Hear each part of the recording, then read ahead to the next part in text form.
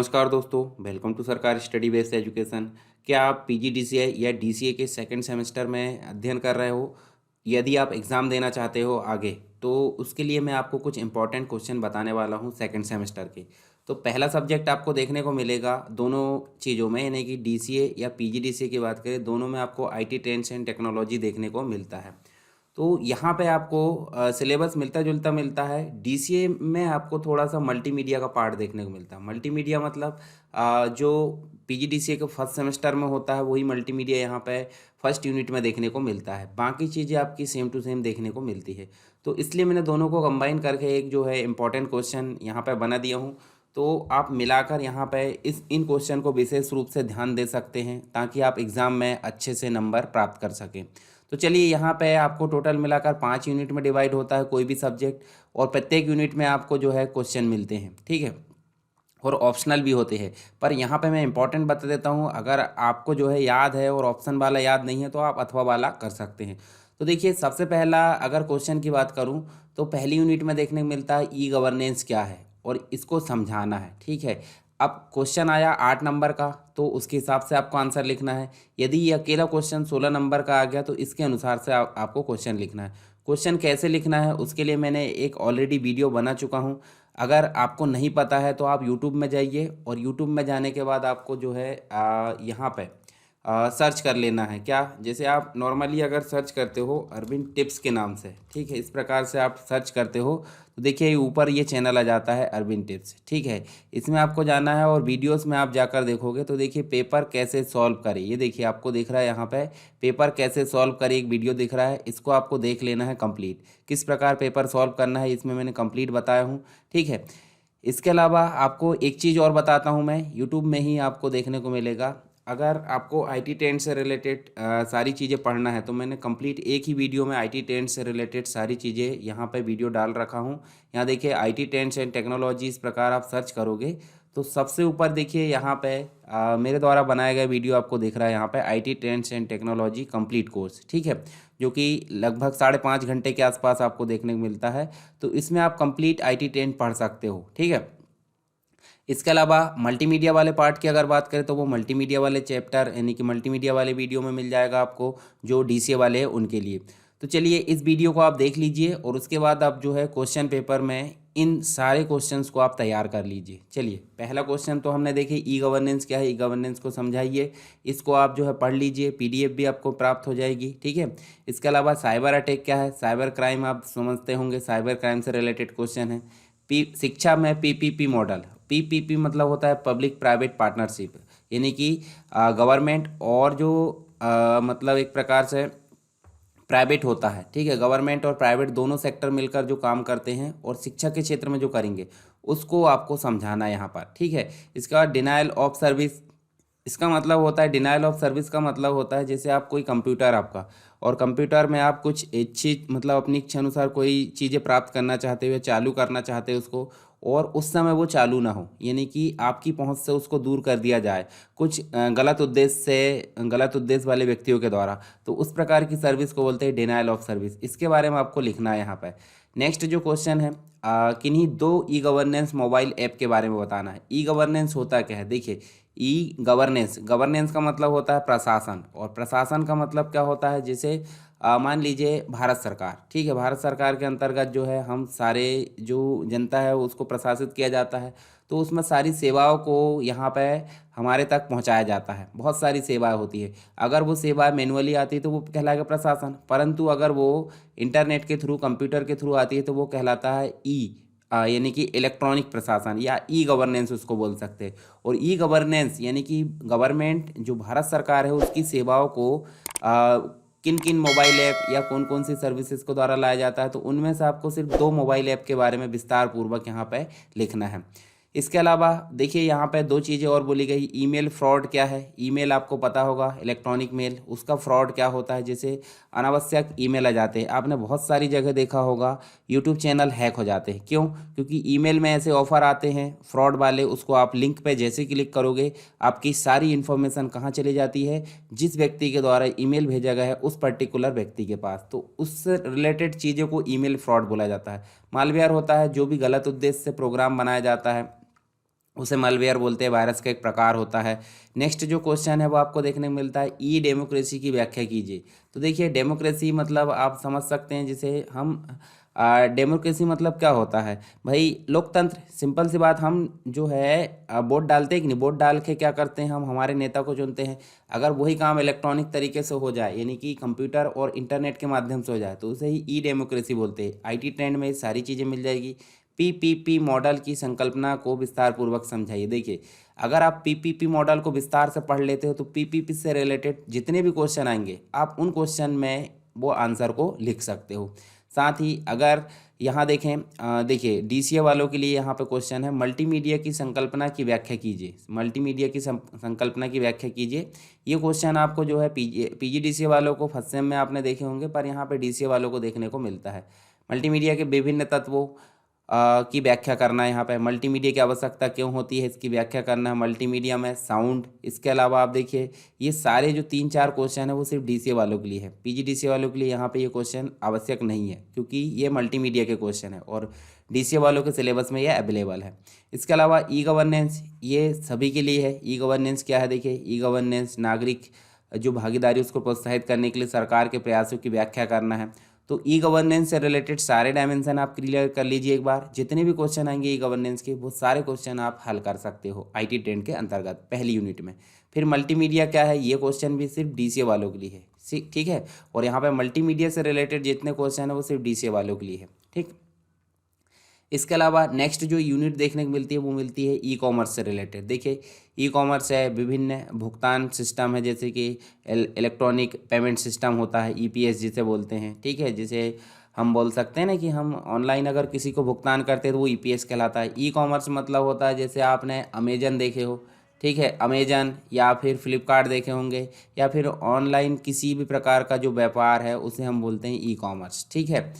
और इसके उपयोग मतलब अनुप्रयोग बताना है, एप्लीकेशंस बताना हमको, और इसके अलावा विभिन्न भुगतान सिस्टम को बताना है। ई कॉमर्स क्या है फिर से पूछ लिया, देखिए इसके प्रकार की चर्चा करना है, ठीक है। साथ ही इलेक्ट्रॉनिक रूप से भुगतान कैसे किया जाता है। देखिए ईपीएस यानी कि इलेक्ट्रॉनिक पेमेंट सिस्टम अगर आप पढ़ लेते, देखिए ये क्वेश्चन भी हल हो जाएगा, ये भी हो जाएगा। ई कॉमर्स आपने पढ़ ली तो ये भी हल हो जाएगा। तो देखिए दो चीज़ें आपको पढ़ना है, e commerce, electronic payment system. तो ये चारों पाँचों 6 क्वेश्चन आपके हल हो गए, यानी कि मात्र यहाँ से 2 टॉपिक में देखिए 6 क्वेश्चन आपके कवर हो रहा है। साथ ही यहाँ डिस्ट्रीब्यूटेड सिस्टम आपको देखने को मिलता है और इसके फायदे और नुकसान बताना है। तो ये सेकेंड यूनिट में आपके इतने इंपॉर्टेंट क्वेश्चन देखने को मिलेंगे।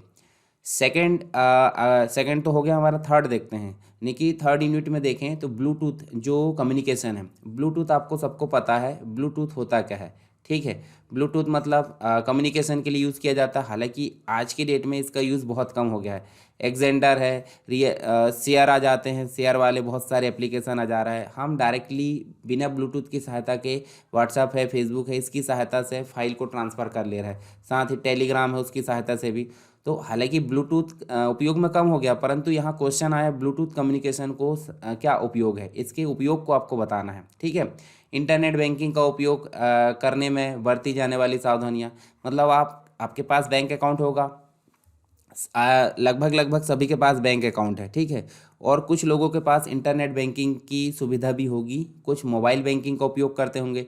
तो जब भी आप उस सुविधा को उपयोग करते हो तो उसके समय आपको क्या क्या सावधानी बरतना होता है, उन सावधानियों के बारे में आपको यहाँ पे लिखना है विस्तार से, ठीक है। नॉर्मली सभी लोग यूज़ करते हैं तो आप जो है इसके बारे में लिख सकते हो। 2G 3G 4G 5G ये जो है इसके बारे में आपको विशेषता या इसकी जो भी लाभ है इसके बारे में विस्तार से लिखना है। क्या सिम कार्ड बदलने से आईपी एड्रेस बदल जाता है, इसके बारे में ऐसा लिखना है आपको। इलेक्ट्रॉनिक भुगतान प्रणाली, ये देखिए ईपीएस का फिर से क्वेश्चन आ गया। रेडियो फ्रिक्वेंसी संचार यानी कम्युनिकेशन, और जो सेलुलर सिस्टम है, देखिए सेलुलर सिस्टम का मतलब जो फ़ोन सिस्टम होता है हमारा, उससे रिलेटेड चीज़ों को यहाँ पर समझाना है। नेक्स्ट फोर्थ यूनिट में आपको क्वेश्चन देखने को मिलेगा, यहाँ पे देखिए एक्सपर्ट सिस्टम किस तरह से इन्फ्रेंस करती है। इसके अलावा क्लाउड डिलीवरी मॉडल को संक्षिप्त रूप में समझाना है। आर्टिफिशियल इंटेलिजेंसी यानी कि एआई क्या है, और यह एक्सपर्ट सिस्टम के विकास में कैसे मदद करता है।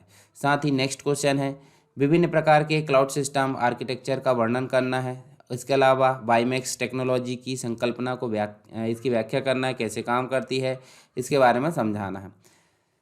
नेक्स्ट है निम्नलिखित में से आपको समझाना है जीआईएस। अब बताइए जीआईएस मतलब होता है क्या। जीआईएस का फुल फॉर्म आपको पता होगा, मैंने आईटी 10 में सारी चीज़ें पढ़ाया हूँ, ठीक है। इसके अलावा इसके बारे में आपको यहाँ पर समझाना। फिर आईएसपी मोबाइल कंप्यूटिंग, आईएसपी मतलब internet service provider, mobile computing, इन दोनों के बारे में आपको समझाना है यहाँ पर संक्षिप्त रूप में। फिर पूछा गया है वर्चुअल रियलिटी की विस्तार से व्याख्या कीजिए, वर्चुअल रियलिटी के उपयोगों को भी समझाना है। तो इसके बारे में आपको पहले बताना है और इसके क्या क्या यूजेस है वो आपको यहाँ पर समझाना है। नेक्स्ट पूछा गया है मोबाइल कंप्यूटिंग। देखिए मोबाइल कंप्यूटिंग यहाँ पे ऊपर भी पूछा गया था, आईएसपी मोबाइल कंप्यूटिंग, उसी से रिलेटेड यहाँ पे है। वायरलेस सर्विसेज आपको समझाना है, मोबाइल स्विचिंग ऑफिस को समझाना है। ये सारी चीज़ें हमने आईटी 10 में पढ़े हैं, ठीक है। जो 5.5 घंटे वाला वीडियो अभी बताया था मैंने, उसमें आपको कंप्लीट रूप से सारी चीज़ें मिल जाएगी। उसकी पीडीएफ अगर चाहिए तो आप मुझे मैसेज कर सकते हो, ठीक है। डिस्क्रिप्शन बॉक्स में आप जो है मतलब एक टेलीग्राम चैनल है, उससे आप चैनल में जुड़ सकते हो। चलिए नेक्स्ट क्वेश्चन है मतलब 5वीं यूनिट में सिस्टम डेवलपमेंट के विभिन्न चरणों की व्याख्या कीजिए। अब सिस्टम डेवलपमेंट मतलब उसी को एचडीएलसी बोला जाता है, सिस्टम डेवलपमेंट लाइफ साइकिल। या तो सिस्टम डेवलपमेंट बोला जाएगा या एचडीएलसी बोला जाएगा, तो दोनों में ही देखिए एक ही आंसर आएगा। फिर डेटा डिक्शनरी, डेटा डिक्शनरी मतलब जो सिस्टम को डेवलप करते हैं उसके लिए कुछ टूल्स उपयोग होते हैं, तो उनके अंतर्गत ही डेटा डिक्शनरी यहाँ देखने को मिलता है, ठीक है। तो डेटा डिक्शनरी के बारे में यहाँ पर समझाना है। फिर देखिए जब हम सिस्टम को तैयार करते हैं, ये एमआईएस के अंतर्गत एक क्वेश्चन है, यानी 5वीं यूनिट का क्वेश्चन है, तो मैनेजमेंट इंफॉर्मेशन सिस्टम के अंतर्गत। तो फिजिबिलिटी स्टडी होती है, लाभ और लागत की गणना करना, फिजिबिलिटी स्टडी होती है। प्रत्यक्ष अप्रत्यक्ष लागत लाभ अनुपात की व्याख्या करना, ले देखे बात हो रही फिजिबिलिटी स्टडी की, तो इसके बारे में विस्तार से समझाना है। फिर यहाँ देखिए क्लाउड कंप्यूटिंग फिर से आ गया, यहाँ mobile computing, cloud computing, expert system, Google doc. अब गूगल डॉक है क्या। अब गूगल डॉक की अगर बात करें, गूगल डॉक आपको देखने को मिलता है, अगर मान लो मैं यहाँ गूगल में चलता हूँ और यहाँ से मैं ओपन करता हूँ, तो यहाँ नीचे देखिए डॉट डॉट में आप जाओगे, नीचे आप चलोगे तो देखिए गूगल डॉक्स, इसको आपको समझाना है। ये क्या है, एम एस वर्ड ऑनलाइन रूप से आपको उपलब्ध होता है, यानी कि अगर आपके पास में एम एस वर्ड मतलब इंस्टॉल नहीं है तो आप इसका उपयोग करके एम एस वर्ड की फ़ाइल को बना सकते हो, एडिट कर सकते हो, और किसी को भेजना है, डाउनलोड करना, सारी चीज़ें आप यहाँ से कर सकते हो। उसी प्रकार एक्सेल भी होता है, मतलब ये गूगल एक्सेल सीट होती है, गूगल की स्लाइड होती है, साथ ही गूगल से रिलेटेड बहुत सारे प्रोडक्ट यहाँ पर देखने को मिलते हैं। चलिए नेक्स्ट हम चलते हैं यहाँ पे, गूगल फॉर्म भी यहाँ पे देखने को मिलता है, यानी कि ऑनलाइन किसी से जानकारी अगर प्राप्त करना तो उसके लिए हम जो है गूगल फॉर्म तैयार कर सकते हैं। तो यहाँ देखिए गूगल फॉर्म भी आपको देखने को मिलता है, कहाँ गया देखिए, ये देखिए यहीं पे फॉर्म्स देखने को मिलता है। तो इस गूगल फॉर्म का उपयोग करके आप अपनी मतलब किसी से जानकारी प्राप्त कर सकते हो या डेटा कलेक्ट कर सकते हो, ठीक है।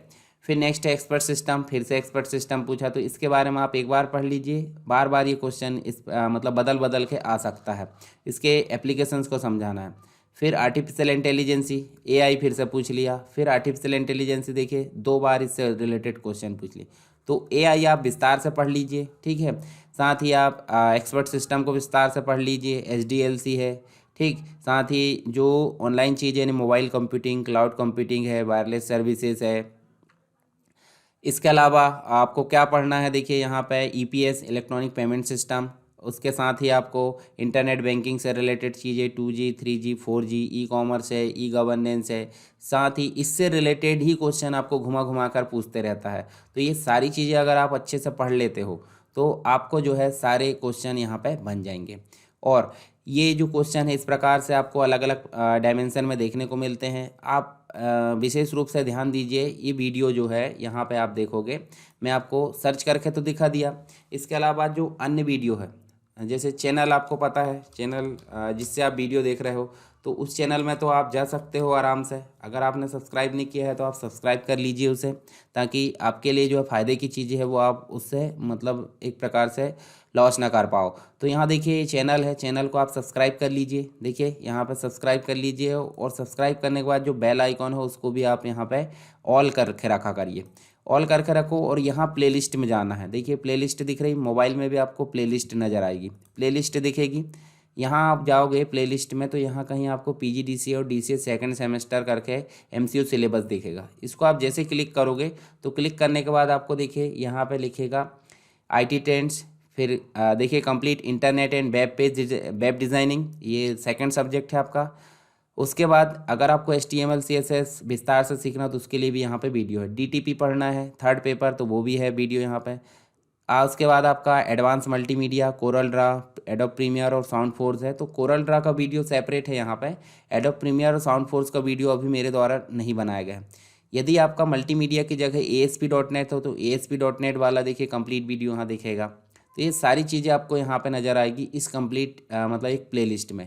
तो ये चारों पांचों सब्जेक्ट आपको यहाँ पे देखने को मिलेंगे। तो DCA हो या PGDCA, तो सभी के सब्जेक्ट यहाँ पे अवेलेबल है एक एक वीडियो में। तो आप इनको देखकर फ़ायदा उठा सकते हो और अपने पेपर को अच्छे से दे सकते हो।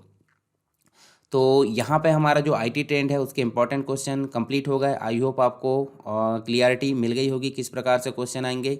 अगर वीडियो आपको अच्छा लगा तो दूसरों तक भी ज़रूर पहुँचाएं, यानी कि शेयर कर दें और लाइक ज़रूर किया करिए। ठीक है, तो चलिए दोस्तों मिलते हैं नेक्स्ट वीडियो में, तब तक के लिए जय हिंद।